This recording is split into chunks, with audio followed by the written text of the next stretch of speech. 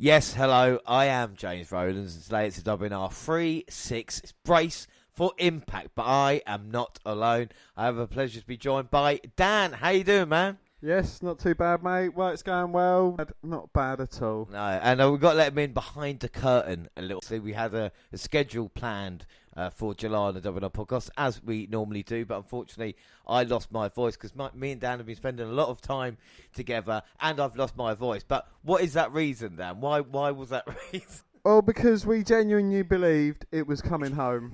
We were so close. We touched it for an hour, didn't we? You know, it was like, I put it in wrestling terms, it's like championship scramble, and we were the WWE champion for a minute in time until it was cruelly dashed. And yeah, unfortunately I lost my voice, but we are back here together. And of course, last time you joined us, Dan, we had a massive Impact catch-up, but today we have 3 episodes we'll be watching on the pod for the first time ever. Well, don't forget, James, Slammversary is hours away, so let's get to it. Yeah, right out. So July 1st, and of course before tonight's show, Knockouts champion Dan Pratso defeated Kimberly with Susan in a non-title match on Before the Impact. D'Lo Brown and Josh Matthews welcome fans to Impact Wrestling. We kick things off with a hard-hitting bout, and that is Eddie Edwards versus Satoshi Kojima. No, Eddie Edwards' music plays, but Edwards doesn't come out. W. Morrissey appears on the screen, and he tells Kojima that he attacked Edwards in the parking lot. He won't be able to compete tonight. Then Brian Myers with Sam Bill come out. Bill Myers later beat down the Jumping's music hit, and he runs down to the ring to even the odds. Myers and Bill retreat to the ramp. A referee stops Myers and Bills and tells them that they'll be in a tag team match. Was that referee? A good line. Teddy Long. Teddy Long. Teddy Long. He used to have a tag team match. Well, yeah, it's a tag team match. Jake Something and Satoshi Kojima versus Brian Myers and Sam Bill. Well, something dominated the act in the competition before Myers rocked him with a jumping knee to the face. The heels beat him down and cut him off from his partner for a majority of the contest. Kojima exploded into the match, and despite some last gasp effort from Myers and Bill, the latter put the latter away for the pinfall victory. Yeah, this was not a bad opener. Kojima is just fun. I'm not sure if this is best for Myers. And backstage, Jim Miller asked Executive Vice President Scott D'Amore if he'd comment about Tommy Dreamer's just about to put in and ask for a shot at the Knockouts Tag Team Championships. D'Amore says he will take it under consideration. The next match, Tenille Dashwood with Caleb Kay versus Rachel Ellering with Jazz. A focused, tenacious Dashwood dominated the action, looking to prove her worthwhile, avenging the personal humiliation of being turned down for a partner. Ellering fought back, withstood a late attempt at distraction by Tenille's social media manager Caleb, and scored the win with a roll. Yeah, this is Dashwood's on Impact there's no doubt about that. But after the match, the beating Aussie attacked Ellering only for Jazz and Grace to make the save and clear the ring in the hills. Grace reunited with Ellering as Josh Matthews put the Knockouts Tag Team Division on notice. This was a really good match. Ellering looks motivated, but I still think this is setting up for a... Well, backstage, Ace Austin, Rohit Raju and Shearer and Madman Fulton come in and interrupt Chris Bay's interview. Bay thinks these 4 came to recruit him. They inform Bay that they aren't there to recruit him, they're just there to wish him luck going into the Ultimate X match at Slammversary all alone. Up next, TUP and Falabar versus Rich Swann and Willie Mack. Well, Carnage unfortunately follows instead as Violent by Designs run down and follows and interrupts the match. VDB comes in like wrecking balls and takes out both teams. All 4 members stand tall over there. So I guess maybe a triple threat tag down the road, maybe. Backstage, Fire and Flavor is not in favour of having Havoc and Rosemary just walks in to run the match for their titles. They track Scott D'Amore down and confront him. D'Amore tells the champion that here's what they're saying. So next week, he's going to put Havoc and Rosemary in action to see if they're fit to challenge Fire and Flavor team titles. Backstage, Team Dreamer, that's Sami Callihan, Moose and Chris Sabin, will join forces on Tommy Dreamer's behalf. Dreamer says tonight all 3 of these men have put their animosities aside to secure a big victory over him. Chris Sabin agrees, Moose just wants the win, and Callihan wants to put his hands on Kenny Omega before their big clashing at Slammversary. Up next, Chris Bay versus Petey Williams. The Bay controlled the match early, but the veteran Williams fought back, turning his opponent inside out with suplex and flattening him with a running knee. Pete tried for a Canadian Destroyer, but Bay countered an inverted TKO neckbreaker for a near fall. Bay fought off another Canadian Destroyer attempt, delivered the Art of Finesse, and earned a hard victory. This was a brilliantly executed match versus the future. I cannot wait for Ultimate X.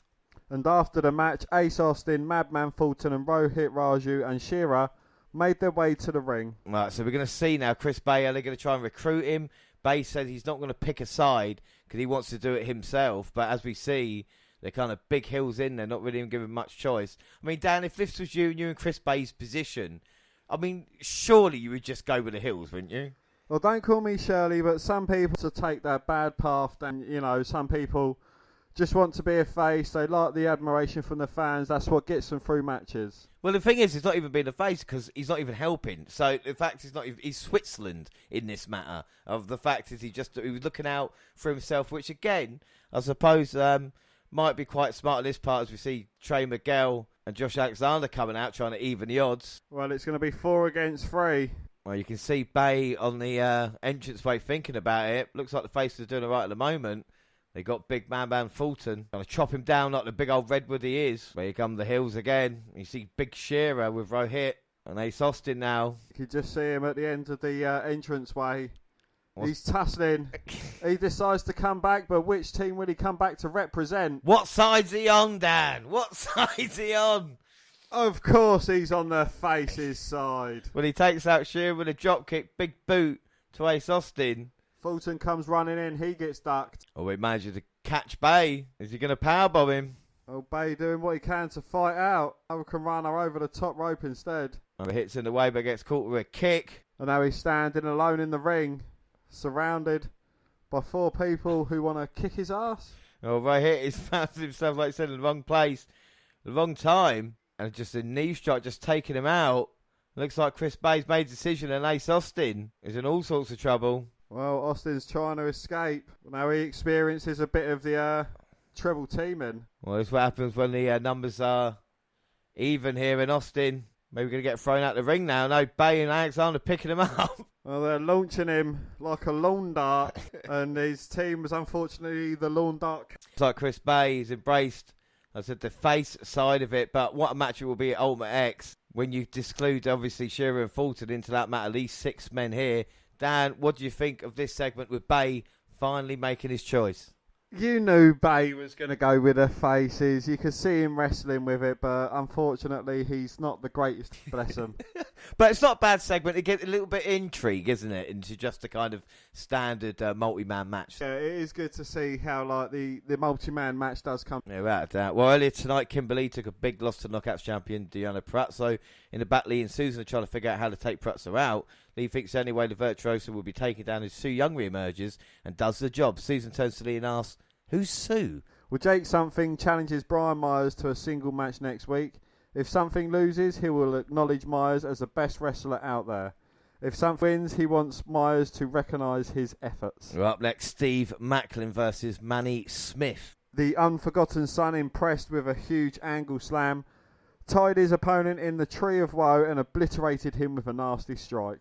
A back elbow from Smith fired Macklin up even more, leading to an unforgiving barrage of elbow strikes to the face and a pinfall victory seconds later. Yeah, this was a complete squash. He looks alright. We shall see what's next. A silent one. And backstage, Brian Myers is not silent because he's gladly accepting Jake Something's challenge from earlier, being informed Something there's no way he's going to win against a guy like himself. Well, next week, a number 1 contender match for a shot at the Knockouts Tag Team Championship. Kimberly and Susan versus Havoc and Rosemary.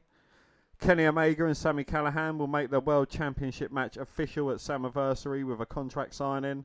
And now, the main event. Yeah, it's Team Don Callis, Kenny Omega, the Good Brothers versus Team Tommy Dreamer, Sami Callihan, Moose and Chris Sabin. And Moose's entrance is one of my favourites. I just think it's quite catchy. Like, it didn't do it justice when I tried to show you the AEW show. Of course, the last one out. But this time, I think it's quite cool. Moose, of course, is really pissed off at this moment in time, getting screwed out of the Impact World title opportunity against all odds. But Moose coming out here now, I mean, he's just a machine, isn't he? I mean, look at that man. He is a physical specimen. The question is, if he didn't get the job done, then who can, basically, in this one? You know, like, he does look laser focused. But this is going to be quite a fun main event. Of course, with Tommy Dreamer involved here as well. What are your thoughts on Tommy Dreamer? Do you think he should be involved? I mean, he has been in writing for Impact for the past few years or so, but is he just too much of an ECW? Well, you know, it is good to see him kind of turning his hand and kind of staying in the wrestling business, helping out the future generations, as it were. So I'm all for it. I think without doubt it's interesting to see his role now, and of course helping Sami Callihan and noticing with Sami Callihan that kind of demeanour of, yeah, you might put this man in charge, but he's more dangerous than probably anybody else on the entire roster. And I think they've done well with Sami Callihan. We've seen the slow build for him, getting to the moment with the match of Kenny Omega. He's a legitimate threat now, isn't he? He should be, yeah, and I think, if anyone could take that title off Omega, it should be Sami Callihan. He's been this kind of like unhinged character for a while now, and I think it works for him. I mean, without a doubt, I think the more I see him, the more kind of like him. The only negative, the thumbs up, thumbs down thing, really, isn't it? Because you're thinking, Batista. Or does that matter now? People do use stuff in the... Well, it's kind of like a very specific thing to use from the past. I mean, like if I was to kind of, go to the corner and put my hands up in kind of like a Y mode, signifying yes. But, some might say it looks like Randy Orton. So talk about this main event. Is this good for Impact Wrestling? Of course, Kenny Omega with the Good Brothers teaming on the show. I mean, it's got to be good. We talked about the relationship between AEW and Impact. This is helping it out. Well, I personally don't think so. I think, too much Kenny's not necessarily a good thing. I think, Kenny in his head probably thinks, yes, I'm the best. I should represent the face of every single brand. But with Impact, I think they've kind of, they've been going along, they've been gathering speed, through their own kind of device. Between the two, helping them out. Has AEW done more to kind of be different from WWE than Impact has? Our Impact hoping people watch this and it's kind of just like a WWE type of territory? Because we've had this discussion in the past, haven't we, With Impact, or TNA as it were, the thing that kind of differentiated them was the multi-sided ring. They kind of developed their own mould, developed their own way of doing things, kind of, and they got themselves a recognised brand, and they've moved away from the WWE signees, the WWE rejects kind of moniker, and that's going more to AEW. So, kind of AEW going the way that Impact first, having loads of WWE ex-wrestlers and then kind of coming into their own after they've kind of dropped that moniker. Well, it's really interesting thing, isn't it? It's like what helps them out because, with Impact, they've built stars. There's no doubt, people wondering what Impact has been like the past few years. People like Drew McIntyre and Bobby Lashley have been Impact World Champion, EC3. So it's been quite a lineage. So they build stars and then kind of get taken away. Or do you, like they say, try and enhance stars from elsewhere and try and bring new eyes to the product, Well, for our English listeners, Impact used to be kind of like West Ham as of late. They've got a brilliant academy, but as soon as they get noticed, see you later. Everyone's like, well, we're here for a while, but we just want to get noticed. I think the thing with AEW about that is it won't change until, like you said, people, when they say, when I grow up, I want to be AEW champion. Once they start saying that, you'll realise, okay, at the moment, it's all about WWE. And I think Impact, even though the association with AEW, maybe lean into it a little bit more as well. But that's going to be something that changes over generations because... I still know old boys that are like, oh yeah, my kid watches that WWN. Well, it's not been WWF for 20 years now. So you kind of like, you know how much notice they pay to it. But once they're kind of be known as WWF by anyone ever. Yeah, that's true. And then like kind of once the AEW generation, so, they're going to people that was born into AEW, 2-3 years old at most. But this is the thing, is AEW going to last around that long? A lot of people, Impact Wrestling, TNA, that was going to last if he didn't make the changes that he did, and that's been around nearly 19 years now. So I think credit for that kind of survival mode, but it's all about kind of making money and making Impact look like a big deal. And I think with the AEW relationship, when it's not advertised on Dynamite, I think it negates the fact that their relationships at all, because the people watching Impact are really watching it. So you're not going to add anybody else to them. And I think that's interesting to see. Going back to the match, though, because we talk about the main event, obviously, Tommy Dreamer's put Moose and Chris Sabin together because he says they're two most dangerous people. Looks like now they were in control. And, of course, due to argument's sake with Tommy having to speak to them, looks like it's gone to the Good Brothers of Omega. First up, is it a good idea for them to be even teaming together? And we talked about it on the last show. Is it a step down for Moose, considering where he was at the last pay-per-view? Well, it's going to be kind of like hostile territories for Team Dreamer. They're going to have wars. They're not going to see eye to eye. Whereas, all of the elite, they're kind of like, they're on a similar page. They're on a similar wavelength. They've worked together before. Whereas, all three of these guys from Team Dreamer, it's going to take one grain of straw to break the camel's back, and it's going to be bang, fireworks, and that's what's going to cost them the match ultimately, I believe. The thing is that maybe we're not, mentioned as much, is the reason why Kenny Omega has been so successful, because the whole team. You talk about Don Callis or the Good Brothers and the Young Bucks, and they're all working in the same direction. There's no dissension at all within the ranks. They know the hierarchy, don't they? You know Omega is the leader. Do you think that might cause problems in months to come? The fact that maybe Kenny on top of the mountain. We saw with the Elite, Adam Page leaving, and with Cody Rhodes. Is there a chance happening here? Well, the thing that gets to me is that, a lot of fans go, oh, look, they're just giving Roman Reigns the title because he's there. What are they doing with fucking Kenny Omega? They're kind of... And not only are they doing it with their own title, they've gone to a different company, taken theirs, and then they've gone to a third fucking company and taken theirs. I'll be interested if there's dissension. At the moment, it looks like they are perfect harmonies we see with this triple... Well, they've just done onto Sabin. Much like us after the first England goal, but unfortunately Sabin managing to kick out. Now Kenny Omega playing with his food, so to speak. But I think Sabin, he's a great athlete.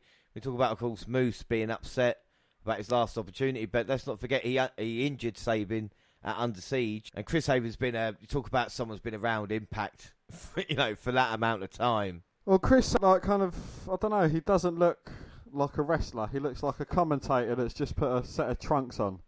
This is the former world heavyweight champion in Impact. Tell me I'm wrong. Well, at the moment, like I said, but is it a case of age? Is it a case of... It's like Petey Williams. We saw Petey Williams earlier. Should they still be using these guys, or should they be looking at Chris Bay and Ace Austin, these young guns coming through? Or is it nice to have a little bit of diversity? Well, again, with a lot of things, it is always good to have a few kind of old nut, some recognisable faces from yesterday. I think, and it adds experience to it, doesn't it? Sometimes that does help. Yeah. If you're Chris Sabin now getting beaten down in the Good Brothers in Omega's corner, who are you looking to tag? Will it be Sami Callihan with that mental disposition, or Moose like a mountain? I would want to get the man mountain in, especially if Big LG's in the ring with me. Do you think LG does enough? Like, No. Should he be more? Like, especially the way he looks. He could be more. Yeah. But I think, unfortunately for him, Kenny Omega, he's not a bad wrestler. And Carl Anderson, he's actually, I really like Carl. He's good. I've always liked him from when he was in WWE. Yeah, back when he was discovered by... You are taking the shots tonight. Well, let's say a Slammversary. So, and who knows who could be there tonight as we watch this main event from Impact. And Sabin's trying to get out of trouble now, managing to duck LG and goes for the tag on Moose. Oh, well, a man who likes to fight Moose is kind of backing away from a chance to fight.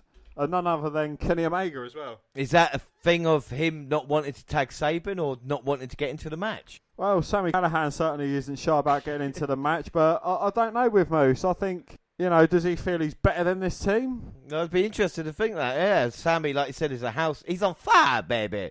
As he takes down I don't get why he's got a pumpkin tattooed on his arm, though. Well, if he wants a pumpkin tattooed there, it's like me getting a fucking Christmas tree tattooed on me or something. Maybe he likes pumpkins. Maybe he likes Halloween, I don't know. A low blow behind the referee's back. Kenny's distraction. And Sabin not obviously 100% tags himself back in. Well, much to the chagrin of Moose, who was hands out ready for the tag. Well, crossbody couldn't get the job done. Now Kenny getting the tag in. It looks like the Good Brothers got a triple team again. No, Sabin manages to dodge LG. And Carl Anderson got the dodge, and so did Kenny Omega as well. And, moved to all three members of the Team Omega. And how pretty was that from Chris Sabin? And is he going to try and finish off Kenny Omega? Well, no, Moose wants the tag in. Moose wants the glory. But I don't think Chris Sabin realises it looks to put Omega away. Well, Kenny Omega's just found out he's got Moose for dessert. Very nice. And him and Sabin arguing now, not happy. Of course, Moose is legal man. Sabin pushes Moose, the wrestling god, and I don't think he's happy about that. Well, Sabin's just been tagged in and thrown in by Moose. Well, you kind of guessed this was going to happen. Dreamers say shocked, but come on. Callahan's cussing him as he goes. Don Callis, I think he's... Anyway. Well, I think Don Callis is happy. The creepy uncle, Kenny Omega.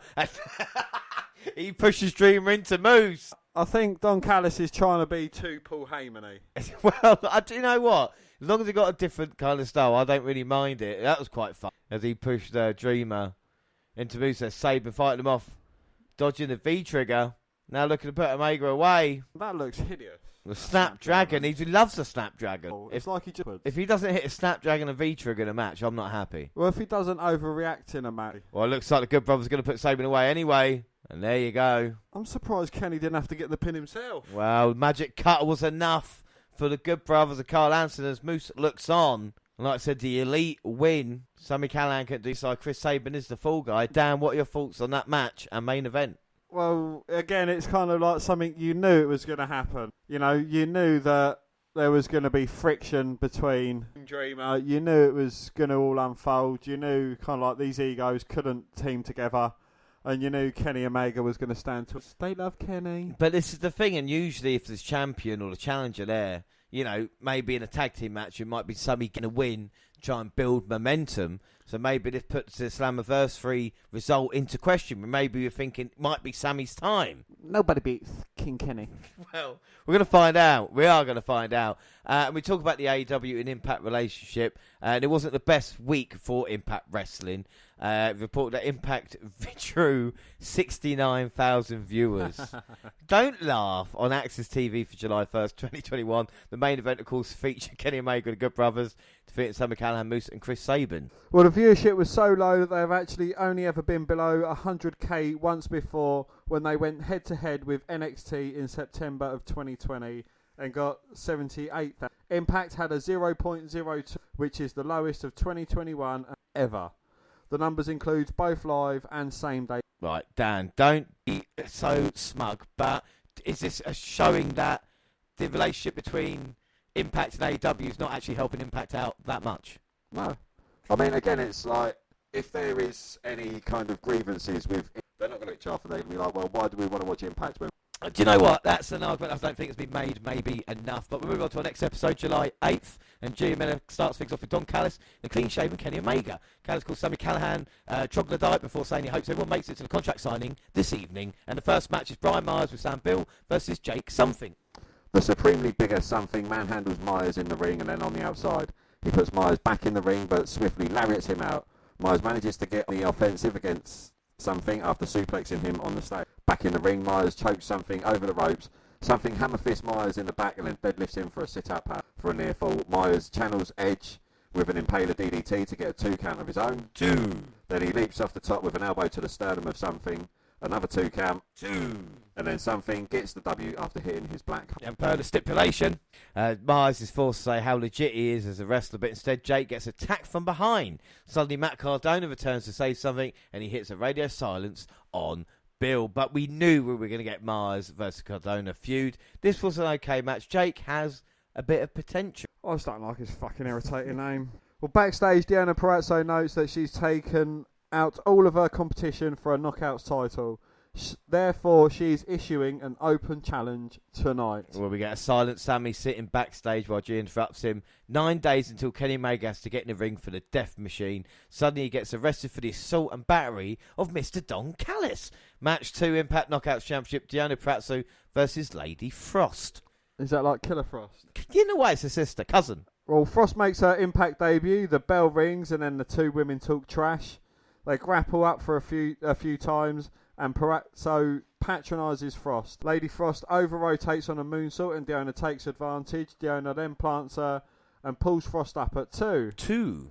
She locks on the Fujiwara armbar until Frost submits. Yeah, I mean, winner and still Knockouts champion, of course, Deonna Purrazzo, but it's a silly name for Frost, but she's harder than she looks. Had tryouts with WWE and AEW. This was a squash, but maybe we'll see more about her. And post-match, Deonna thanks Frost for efforts and begins gloating until Gail Kim comes out. Deonna begins to patronise her as well and gets fired up for being interrupted. Well, Gail settles her down and has some news regarding Slammversary. Deonna begins to believe Kim wants a shot at the pay-per-view, but Gail says she's retired and she wants to give Purrazzo an opportunity to defend the Knockouts Championship to her opponent of their choosing. She won't know until the pay-per-view. Oh, so who could it possibly be? This was really, really good stuff. We see Swingers Palace is kind of dead as Chris Sabin enters. Johnny's not in attendance. He wants to ask Swingerella 2 how her cat surgery went, and then was attacked by that bastard Moose. Well, Chris Bay is backstage. He reveals he's been doing some thinking. Theoretically, he did pick a side. He picked his side. But Trey, Petey Williams and Josh Alexander happen to be standing on it too. Well, up next, Dan. I'll be waiting for this. This is a handicap match here. W. Morrissey. And I'll tell you something, Dan. We've talked about Big Cass in the past. But just listen to the promo and we'll watch the match as well. Because it's a different man to the one that was beside that weird-looking cunt. So the promo, Morrissey accepts Eddie Edwards' challenge at Slammversary. As a matter of fact, he's going to help Eddie out from hospital bed. He's not going to show him respect. He's going to demonstrate and show him what he's going to do to Eddie at Slammversary. What are your thoughts on this, Dan? It's a bit more serious. Well, with that promo, I think it was just a standard promo. Yeah. It wasn't a heart promo. It wasn't like something, I'm going to come and take you out. I am big. And this is what he needs to build himself back up again. And I think with stuff like this and stuff like hopefully this handicap match, I mean, 3 guys in there haven't got a chance, you know. But this is the whole point of kind of building him up for the top. All he's got to do is say, I'm big, I'm tough, I'm going to beat you. And it's going to work. Unless he stacks them all. Yeah, but the thing is, like I'm saying, this is what he needs to rebuild himself and then where to move on. That was an awful choke. So you'll still not... There you go. What about the powerbomb then? Paige. So he's done Undertaker. Kevin, Tombstone. Well, jackknife there. Morrissey's laid waste to 3 men and sent a message to Eddie Edwards. He looks in great shape as well. There's no doubt about it. Go on, F5 him, I dare you. Go on. It really pissed Dan off. Oh, my God. It's more like a fireman carry slam. Look what he's doing. Oh, my Roman Reigns. You called it, Dan. What is he doing? He's stacking them. Oh, look. Pinning them just like that. You can't. No, this is different. This is different. This is not a playing around man anymore. W. Morrissey means serious business here on Impact Wrestling. And with that performance, it's no doubt to see why. The eyes of a focused man. Yes, he looks like Edge, but hey, we can all move on from that. He looks like Edge and the best combination. Tej. All right, Dan, what happened backstage? Well, backstage, Don Callis plays up that he was attacked by Sami Callihan. He said Sami is a hazard to himself, other wrestlers, and to an entire wrestling company. He has a family and he has footage which he has given to the production. Footage is shown with a masked Sami hitting Don with a baseball bat. Enter Scott D'Amore. He apologises, but he says Kenny can still be in attendance for a contract signing. He'll see them both in the ring. Just humour him. Well, up next, Susan and Kimberly versus Havoc and Rosemary. And Rosemary grabs Susan by the pantsuit and is clothesline from both sides. Kimberly gets involved only to be slammed and thrown by Havoc. Lee does deliver some kicks to Rosemary before down with a buzzsaw kick. We get a 2. Susan avoids a corner attack by Havoc, bites her, but then gets speared by Rosemary for the pinfall. This was a good match, but we need more teams. Kimberly and Susan are not afraid. Well, Jazz is a special guest on the All About Me with Tenille Dashwood and Caleb Withercat. Jazz has a Shad Gaspard tee on. Jazz is curious if this is Piper's Pit. Finally, Tenille asks Jazz if she's going to ask her about Rachel, and Caleb does the honours. It's not Tenille's fault that she can't find a great partner. Jazz messed things up for her. You ruined it. Well, Tenille talks trash to Jazz and Jazz confronts her about it. Jazz gets attacked and the camera is cut. During the break, Rachel and Jordan help Jazz up. After the break, they're not pleased. Jordan makes it clear she and Rachel are back on the same page. And next week, Caleb and Tenille are getting crossed off their list. This was nice emotion by Tenille. She needs to show her dark side. Still wouldn't fuck with Jazz, Dan, even after all the years. And like I said, she's rapping a Shad top. Big respect there as well. Well, Rich Swann gets on the mic as he comes out with Willie Mack. He and Willie, he says, Willie and him are being men. Fight straight up, knuckle up. However, VBD decided to get into their business and attack them from behind. Swann challenges them to bring the tag titles out and they are knocked Violent by Design's teeth down their throat. And out comes Falabar and TJP. Well, he says they see 2 guys with a common enemy. They both have a score to settle with them. But if they think they're going to use the opportunity to leapfrog them, well, there's a line. Willie says they're at the front of that piece. Bar says a shot at an expiration date. Out comes VBD. Then out come the Good Brothers in the preacher mode. All teams are out in the ring until Tommy Dreamer's music hits.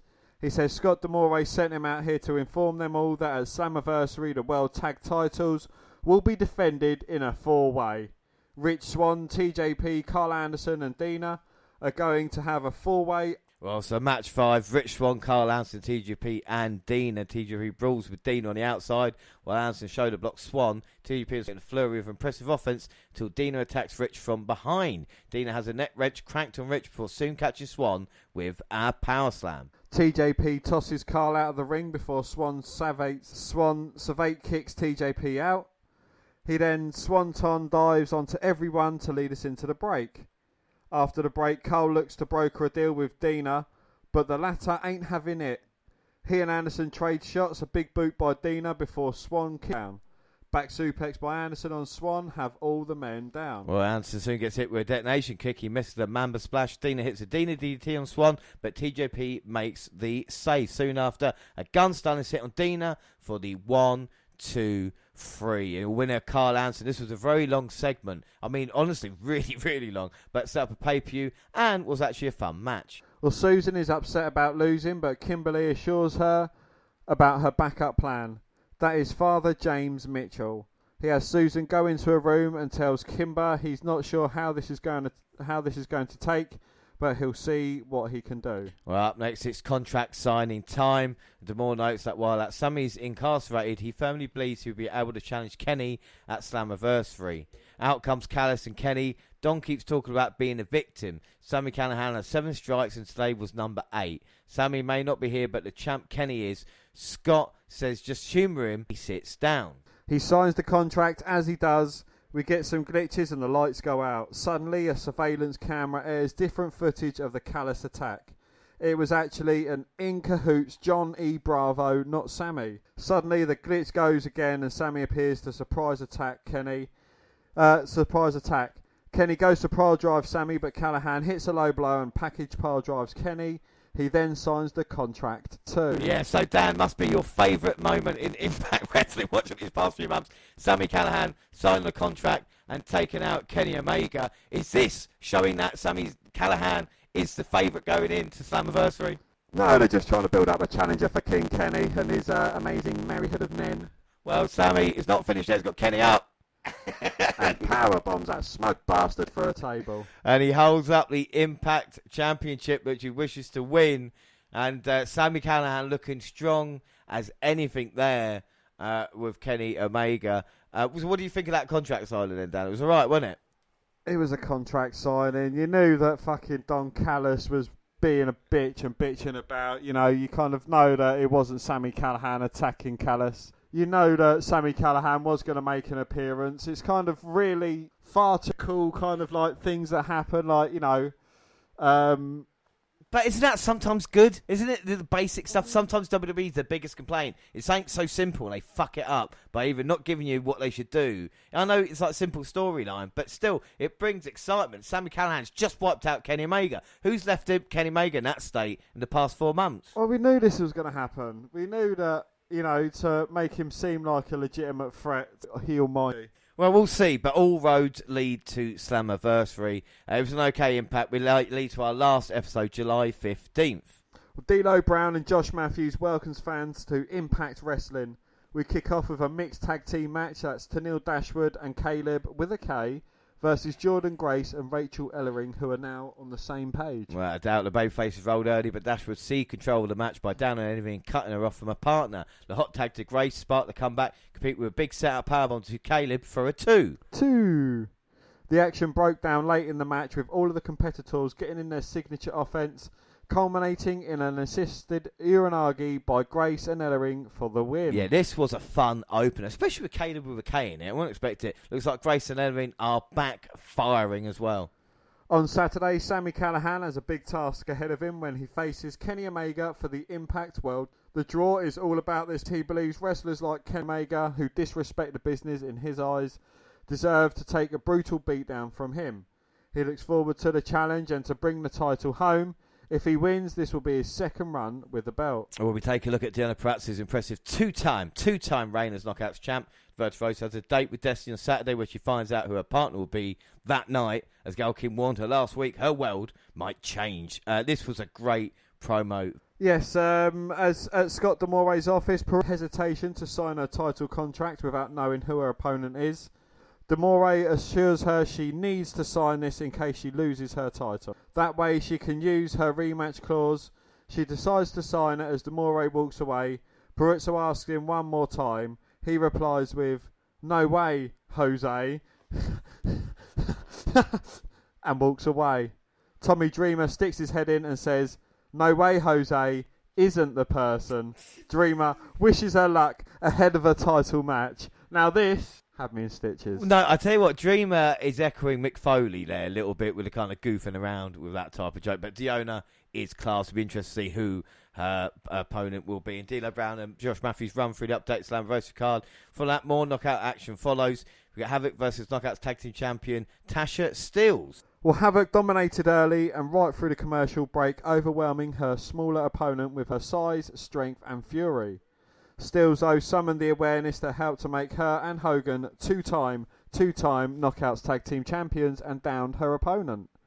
Havoc fought her way back into the match, though, and scored the clean victory off a tombstone piledriver. Yeah, this was a good match. Havoc building momentum. And since W. Morrissey arrived at Rebellion, he's been out for blood. At Slammversary, we go up against the Heart of Impact, Eddie Edwards. Can Morrissey maintain his dominant undefeated streak, or Edwards knock him down a peg? Backstage, Kimberly is anxiously waiting to see what Father James Mitchell has done with Susan. Susan walks out. Lee is surprised. Lee thought Susan was going to turn into Sue Young. Well, it looks like all Susan has known all along who Young is. Although last week she played the role that she had no idea who Young was. Yeah, it's the problem when you're watching it back to back and you realise these little things. But Steve Macklin returns to the Impact Zone for a showdown with Cal Hero. It did not go pleasantly for Hero. Macklin squashed his opponent for grabbing the microphone and obviously declaring, "I'm done waiting." We want to see the next step. We saw him talk now. As for Cal, not many wrestlers can wrestle with Bumbag and pull it off. Not. Well, backstage, Decay and Havoc are having a little chat. Rosemary and Havoc will face Tasha Steelz and Kiera Hogan for the Knockouts Tag Team Championship. Rosemary surprises Havoc by bringing in Father James Mitchell, who escaped Susan by the skin of his teeth. Rosemary asks Havoc if she's ready. Havoc shakes her head. What are Mitchell and Rosemary going to do to Havoc before their big match on Saturday? God, what would you do to Havoc, eh? Well, before that Ultimate X battle on Saturday, several of the men involved in the matchup were competing in an 8-way tag team matchup. So, Dan, this is going to be a great time for us. We can see all this talent in the ring. We've got Ace Austin, Madman Fulton, Rohit Raju and Shearer versus the X Division champion Josh Alexander, Chris Bay, Trey Miguel and Petey Williams. Now, Dan, I know you've watched Impact in the past. You know all 8 of these guys, don't you, now? Absolutely. I am really, no idea. You don't know? Right, okay. So, no, if you don't know, you don't know. So, Josh Alexander, this is the guy I've been wanting to show you for quite a while. I talked about last month the kind of mesh that he's got, the Kurt Angle and Chris Benoit, and the style of wrestling that he does. He's obviously got it on because he lost an ear whilst he was wrestling. So now he wears that just to protect him as he does. It's really good to see. Chris Bay, as we've seen before, he's made his choice going with the faces. Well, you can tell he's not that much of a psycho if he's if he's kind of covering up his ear that he lost. You know, Mick Foley would have displayed that sunbeam. He would have probably tried to shove it from him. Well, Josh Alexander is a different type of athlete from that. We've seen Chris Bay before. He's just going to be a future champion. No matter where he goes, he's going to be success. And also on the hillside, I'll say that with Ace Austin as well. Fantastic talent involved there. But we're going to start with Rohit and Petey Williams. So the Hills, are they a stable? No, what's happened recently is Rohit and Shearer are known to team up, and Ace Austin with Madman Fulton is his kind of bit. And leading into this matchup for the X Division title, they decided, well, let's work together, because if we do, we can take out the other 3 men and then go for the titles ourselves, basically. Ah. So it's, you know, the enemy of my enemy is my friend. And then they asked Craig was going to join and what group.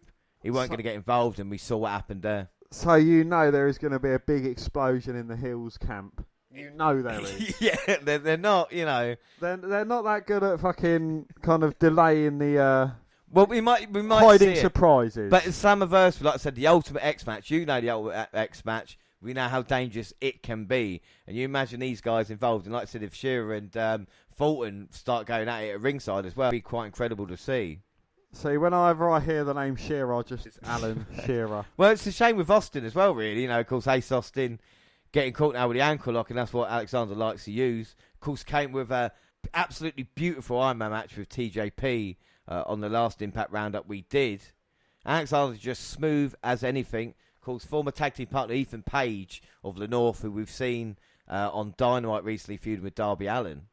As in Impact kind of taken away this image, because I remember they used to sign disgraced wrestlers. Well, they have had problems. There's been a curse of the Impact World title for a long, long time, dating back from basically everybody that was involved. Tessa Blanchard, probably the last time that you and I were following it together, the fact that she won the world title and then just left because she weren't defending it. You know, they've had these problems, even with Brian Cage and stuff like that. It's been interesting. But I think recently, you know, trying to go for the home ground, like someone like Trey Miguel had a chance to go to WWE. MSK was the NXT Tag Team titles now, used to be known as the Rascals, teaming with him, and he stayed in Impact to kind of make a showing for himself. Because like you said, if you become successful in Impact and they like the look of you, then what's saying that WWE won't either pick you up and look at the success they've had in the past? You've got to argue that maybe all the, you know, Impact or TNA wrestlers back in the day had an eventual run with WWE. You know, we talk about WCW and WWE.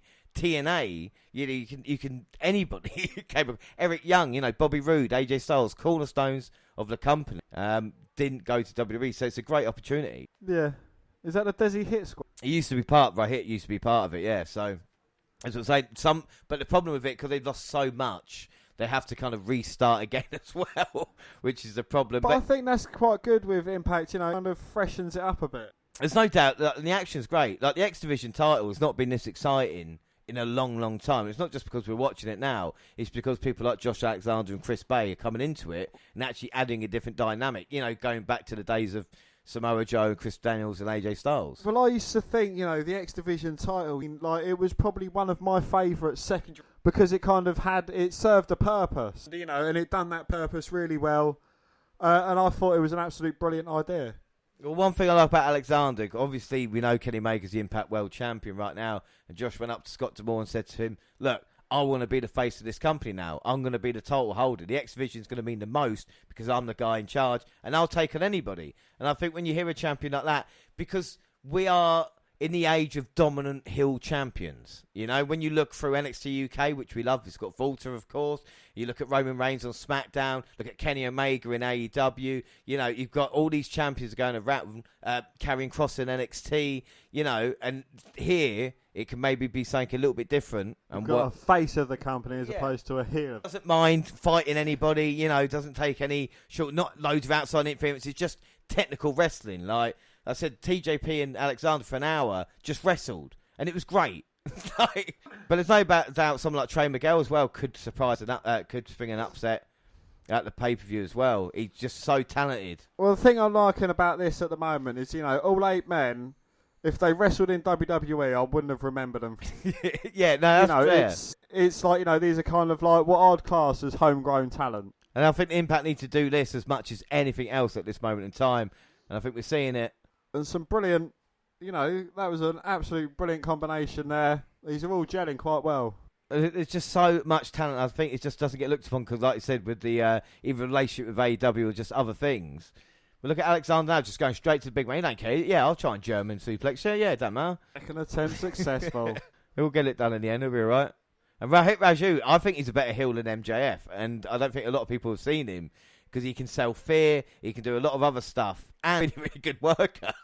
Nice neck breaker. Well, we can see now Peter Williams coming in. Going to hit Rohit maybe with the Canadian Destroyer. Obviously. But the thing is, he was the first man ever to do that. And now it's a kind of signature move, if you know what I mean, for everybody else. But it's like, go on, do it. Go on, do it. Go on, do it. Yeah, he done it. That's all it is with him in the match now. Well, Trey Miguel coming in. You can see the kicks from different angles. It's like the I didn't do it, boy. And now Big Shearer's in. I think playtime's over for Trey Miguel. The chokeslam, but Chris Bailey will try to roll up. 3. Yeah. Snuck the victory. But he paid for it almost immediately. Well, here come these new friends. And they're trying to help him out. But do the heels stick together when it's kind of going against? Well, yes, they are. Yeah, for credit, Austin came in with a chair, but got caught, and now Fulton's feeling the ramifications of that. The great equaliser, the steel chair. Chris Bay's got a mad look on his face as he takes out both big men. Well, you think with Chris Bay, it's kind of where he's a smaller guy, he has to kind of do it that way. You know, he has to go like, and he seemed kind of believable. Well, very believable there. Dan, what were your thoughts on the talent involved and that matchup itself? And it gets you ready for Ultimate X, doesn't it? Yeah, I didn't think that was a bad match. I'm actually looking forward to the Ultimate X match and seeing what these 8 guys can deliver. Right there. Well, backstage, Brian Myers asked Hernandez to come back and join him tonight. Hernandez politely declined, saying that Johnny Swinger is paying him better, so his alliance is with Swinger now. Myers then asked another mysterious person if he'll have his back tonight. And up next, the Brian Myers versus Matt Cardona segment. Brian Myers with Sam Bill heads down to the ring. Myers asks Jake something to come out. Something arrives, but he isn't alone. He brings Matt Cardona out with him. Myers tells Something that he is a professional after Something beat him last week in a singles competition. Despite just calling him a professional, Myers thinks Something still has a lot of work ahead of him. All 4 men then start to brawl. Matt Cardona and Myers. Tangling continues in the ring. Cardona is standing tall with Myers down on the mat. Dashwood sneaks in and lands a low blow on Cardona. Myers asks Cardona's former ex-girlfriend to help him out just moments ago, and she followed suit. Well, after that nasty low blow, Scott D'Amore is offering Matt Cardona a chance to seek vengeance against Brian Myers and Tenille Dashwood in tag action with a partner of his choosing for Saturday night at Slammversary. Well, I like this segment. It's set for Chelsea Green's debut, called Zack Ryder, or Matt Cardona's wife, who wrestled Laura Van Ness in Impact Wrestling, so that would be nice for her to come back. But it shows lack of depth in the women's division using Tenille again. She already had a match early on in the show, and now she's got, oh no, let me just do another segment. Using her, I'm right, aren't I? I do think they need more depth, yeah. Unlike AEW, they use their women, but they kind of haven't got enough depth in their squad, whereas kind of AEW, they've got loads of women, but they just don't use them. Yeah, I think that would be fair. So I think with the crossovers, it would work out. It would work beneficial for the women. Well, 100%. we'll talk about that in a bit when we, of course, run through the card, but we're interested to get your thoughts. But before their violent clash on Saturday, we take up to Chris Sabin and Moose's heated rivalry. Moose is set for action next, and he's taken on Hernandez, who's with Johnny Swinger. Hernandez holds the upper hand on Moose in the beginning. He then drags Moose out of the ring and throws him into the ring post. Back in the ring, Moose looks for lights out and hits it. Short, sweet, and to the point. Moose is ready for Chris Sabin on Saturday. Well, Moose wraps a steel chair around Hernandez's ankle. Chris Sabin runs out in time and lays a beat down on Moose. Moose escapes and retreats up the rank. But, oh my God, Moose killed Hernandez. I never thought I'd see that in my life. And Sabin will end up being cannon fodder as well. And ahead of his major title defence on Saturday.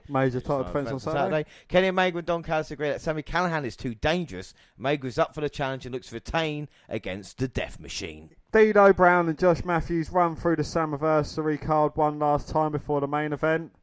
And now, James, it is time for the main event. It is the Battle of the Hosses. Willie Mack versus Falabar versus Doc Gallows versus Impact World Tag Team Champion Joe Doering. Well, the big man brawled around ringside area, attempts to wear each other down en route to a momentum-shifting win. Late in the contest, with Gallows and Mack squaring off at ringside, big man Doering flattered big man Barr with a lariat clothesline for the decisive big man victory. And Violent by Design stared down the Good Brothers as the show went off the air. Not a bad main event, but it did feel a bit like it was going in slow-mo with how slow they're moving. But Dan, I know you love moaning as much as anybody. Why not have the contract signing from the previous week in this segment here? Why not? Well, because they obviously want you to forget about it. Well, this is the thing, isn't it? Like, I don't know. It didn't make any sense that we didn't really have any follow-up on Sammy and Kenny, and yet we finished with the Battle of the Hosses anyway. But before we run through the card of Slammversary, a couple of changes. TJP has actually pulled up with an injury, so Falabar will still wrestle in the matchup, but we don't know who his opponent will be, and the Women's Tag Team title match will be on the kickoff show. So we'll start off then, and we'll have a look. Obviously, our first match is Brian Myers and Tenille Dashwood versus Matt Cardona and a mystery partner mixed tag team match. We'll do predictions as well, Dan. So what are your thoughts on this matchup? We've seen Myers and Cardona, obviously Chelsea Green getting involved. Is this just too much of a curtain jerks? I think it is, yeah. It's a bit silly, but it's a bit fun, you know. It's like mixed match challenge. You know what I'm saying? It's something that it could probably be fun for a little while, but it's not going to really kind of garner much. So who do you think the mystery partner is going to be? Chelsea. It is going to be Chelsea Green. And who do you think is going to win the match? Matt and Chelsea. I would say both Lees are winning as well. Do you think that Brian Myers deserves more? We've seen the professional gimmick. He's quite good. Or is Matt Cardona just a bigger star? I think. Well, yeah, I think because of his ladder match victory, I think that kind of edges him over Brian Myers just marginally. It'll be interesting to see what happens. All right, up next, Dan. Well, by the way, I'm going to go Cardona. Obviously, Chelsea Green in that matchup. Eddie Edwards versus W. Morrissey, Dan.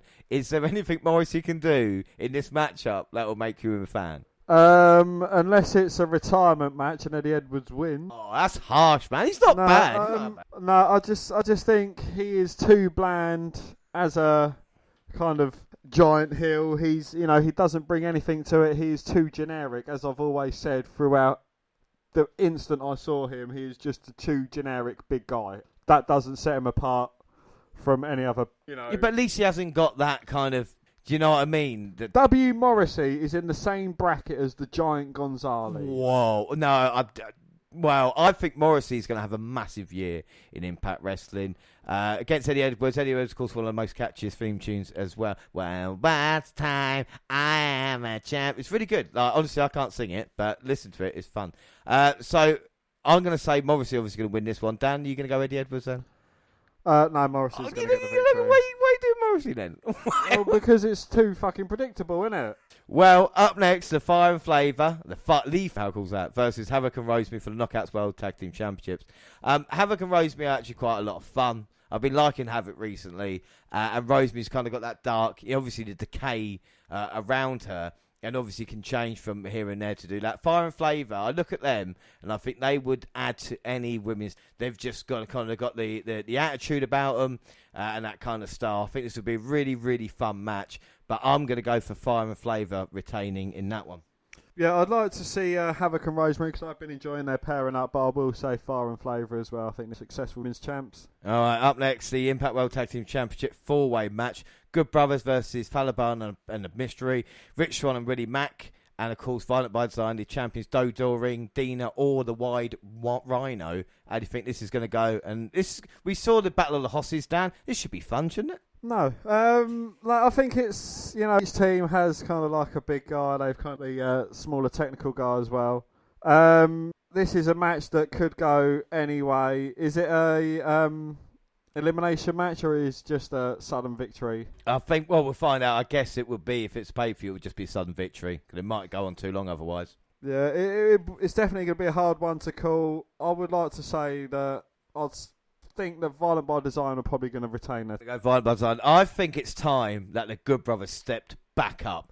And they signed a 2-year contract last year at Slammversary. They've only got 1 year left. They've not done a lot in the past year in Impact, and I think now it's time. So I'm going to go for the Good Brothers in that one. Up next, the Knockouts World Championship, Deanna Pratt versus a mystery opponent. Now, everybody's expecting maybe Billy Kay or Peyton Royce or someone like that to come, because obviously they'll be available. Ruby Wright with 2 T's or 1 T, maybe the rumour. But what would be best for you? Or someone like Britt Baker from AEW, the AEW Women's Champion, showing up and saying, come on.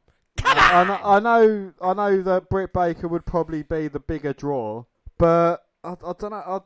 I'd like to see someone making their kind of debut, making a stamp on the Knockouts division, because, as I've said, the women's division, they are some brilliant wrestlers, brilliant performers. It could be something silly like.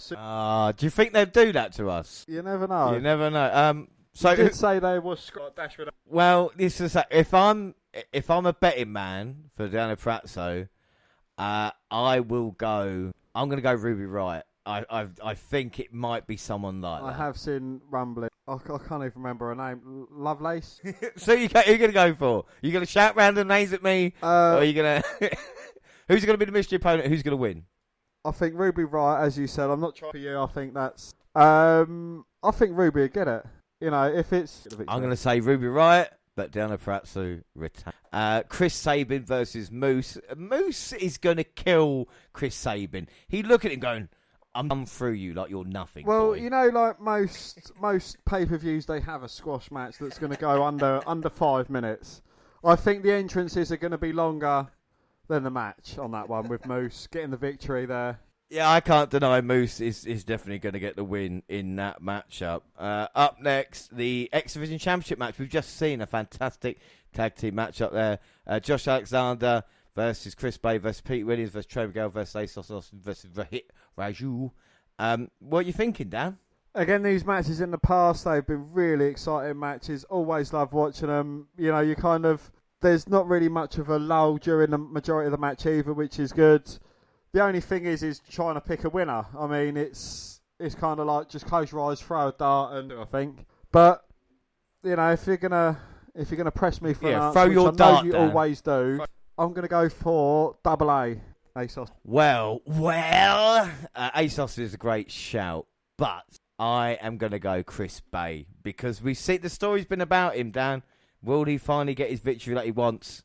Coming up, Slammversary, we shall find out. And finally, Dan, the match you're looking forward to. It is now no disqualification. And people go, oh, wow, the Bucks and Good Brothers going to get involved. This is Sami Callihan's wheelhouse. No one takes it to the extreme as much as Mr. Callahan does. But, Dan, what are you thinking for this one? I think it's going to be a great match. I think it's going to be a hardcore war. Well, what would make the wrestling god more godlike is beating a man in his kind of own backyard, in his kind of own wheelhouse. You know, this is all just blowing smoke up his ass. And, yeah, I don't think it's going to be a good match because it's kind of like saying, yes, well, you know, you are wrestling on an Impact pay-per-view, but we're going to say that AEW are better than Impact on our own pay-per-view. Well, you could argue they've been doing that for that time. So you're going to say Kenny Omega then? Yeah. I think Kenny Omega as well, but I think this will be an awesome... I will admit to that there. It looks quite good on paper, Dan. I mean, it's obviously a pay-per-view rather than an Impact special. It doesn't look too bad until you get to the main event, and then that's when it just drops off for me. That's the main selling point for it. But it's the main selling point for everyone who loves Kenny. Well, okay, let's look at Impact Wrestling then. Well, we've got Slammversary. You can get it on Fight TV for $20, which is less than £20. I, of course, have bought that. We'll be reviewing a show next week with the Ultimate one. But, Dan, has that build excitement watching, the last hour or so, looking at Impact Wrestling, getting to know the wrestlers a little more, looking at the card? It's good shit, come on. It's not bad shit, but, there are other things. I enjoy this kind of crossover, but it kind of seems in one area. If they're going to cross over, I'd like to see a few more areas. If they're going to do it, they're going to jump all the way in. Don't just dip your toe in the water. Do it properly. Britt Baker, Impact Women's Champion. I mean, not looking at that. But then again, it's like, oh yeah, why don't you kind of come over to our company, take our titles, and just make us look like cunts? Honestly, though. That's what Impact are doing. They're like, look, hang on a minute. Let me just bend over, pull my pants down, while you go in dry. Literally, I can't have that as your final thoughts. So, Dan, positive final thoughts on Impact past 3 episodes. Women's division is looking absolutely brilliant. I'm excited to see where that's going, and the X division as well. I think, kind of Impact, they're bringing hopefully more focus to other areas of their product as opposed to kind of like the main event scene, which is kind of being run by a... Yeah, I think that would be fair to say, but it's always good to have you along for the ride. Like I say, we'll be with Impact Wrestling next weekend looking at Slammversary. But this is not the end for Dan, because we're going to double up this weekend. Tomorrow, we are bringing you the Money in the Bank for the love of money, the special there. And of course, Dan will be back watching WWE for the first time in a long time. But don't forget, that is it. We're across all social media. Twitter at the WNR Podcast. I'm at the WNRJR. I'm at WNRDAN. We're also on Facebook and Instagram, across all Google platforms. Send us a podcast at gmail.com. YouTube, WNR Podcast. For all latest clips and podcasts at the same time on YouTube, do SoundCloud. On your phone. Also Spotify and iTunes. Make it download, subscribe, rate and review there. So that is it. Like I say, the next episode is tomorrow for the love of money. Dan is on the double and he's back on WWE. But until then, I've been James Rowlands and I was joined by... Dan White. Thanks for listening, everybody, and bye. Bye.